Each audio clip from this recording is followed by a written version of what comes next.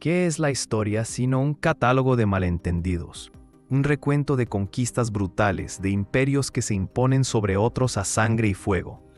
Pero de vez en cuando, entre las páginas manchadas de esa historia oficial, encontramos anomalías, relaciones extrañas, casi amorosas, entre culturas que no estaban destinadas a entenderse. Y quizá ninguna tan fascinante, tan llena de equívocos y seducción, como la que mantuvieron por siglos Francia y Brasil. No piensen en la bota del colono sobre el cuello del nativo. Aquí la historia es más sutil. Los intentos franceses por clavar su bandera en ese paraíso fueron poco más que una farsa, una opereta. Tuvieron su Francia antártica en Río de Janeiro y su Francia equinoccial en Maranhão, pero fueron aventuras efímeras, bocetos de un imperio que nunca fue. Y quizá por eso, porque la relación no nació hipotecada por el resentimiento colonial, la vía quedó libre para otra cosa, para un diálogo, o mejor dicho, para un espejismo mutuo. Todo comenzó con un mito, el mito del buen salvaje. A mediados del siglo XVI, un viajero llamado Jean de Lery y luego misioneros como Claude d'Abbeville llegaron a esas costas y lo que vieron, o lo que quisieron ver, fue el paraíso perdido. El hombre en estado de naturaleza, puro, sin los vicios de una Europa decadente. El mismísimo Montaigne se haría eco de estas fantasías. Brasil no era un lugar, era una idea. Un sueño proyectado por una Francia hastiada de sí misma. Y como todos los sueños, obnubiló tanto como estimuló. Se enamoraron de una imagen que ellos mismos habían pintado, generando una fascinación que, por supuesto, estaba preñada de incomprensión. Y desde esa altura, desde ese pedestal del que se sabe cuna de la civilización, Francia se erigió en repetidas ocasiones como la maestra de su joven y exótica cadete del hemisferio sur. Imaginen la escena. Estamos en 1816, Napoleón ha caído, y una misión artística francesa desembarca en Río para enseñarle a los trópicos el frío y riguroso neoclasicismo de la escuela de David. Una estética pensada para glorificar al emperador, ahora reciclada para servir al rey portugués en el exilio, y luego al emperador brasileño.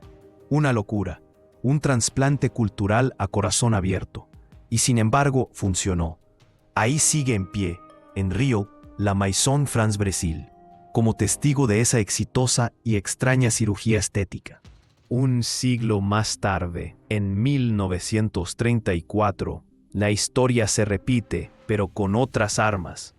Francia ya no envía pintores, envía a su artillería pesada intelectual. Un grupo de hombres que estaban a punto de cambiar las ciencias humanas para siempre. Gente como Fernand Braudel, como Claude Lévi-Strauss, como Roger Bastide, son enviados a fundar la Universidad de Sao Paulo. Parecería de nuevo la vieja Europa leccionando a la joven América. Pero no se equivoquen. Esto no era un monólogo. Como escribió uno de aquellos aventureros, los brasileños por un lado estaban convencidos de la superioridad francesa, pero por otro tenían la convicción inquebrantable de que la marcha de la historia era irreversible, del este al oeste, de la vieja Europa hacia ellos. No era su misión, era la astucia del aprendiz que sabe que un día superará al maestro. Y en este ir y venir de ideas, de modas y de ideologías, lo que realmente teje la trama son los individuos, los pasadores culturales, como los llama el historiador Mario Carelli, personajes fascinantes. Pensemos en Jean-Baptiste Debret, primo del gran pintor revolucionario David, un bonapartista que termina sus días pintando los fastos de la monarquía tropical de los Braganza, o en esos intelectuales que no solo fueron a enseñar, sino que se dejaron transformar. El caso más radical es el de Roger Bastide, el sociólogo. No se conformó con mirar desde afuera, se sumergió, se inició en el candomblé, se convirtió en hijo del orixá Xangó y pasó de la investigación intelectual a la búsqueda espiritual. ¡Qué bofetada a la distancia aséptica del académico europeo! Claro que no todo fue un idilio.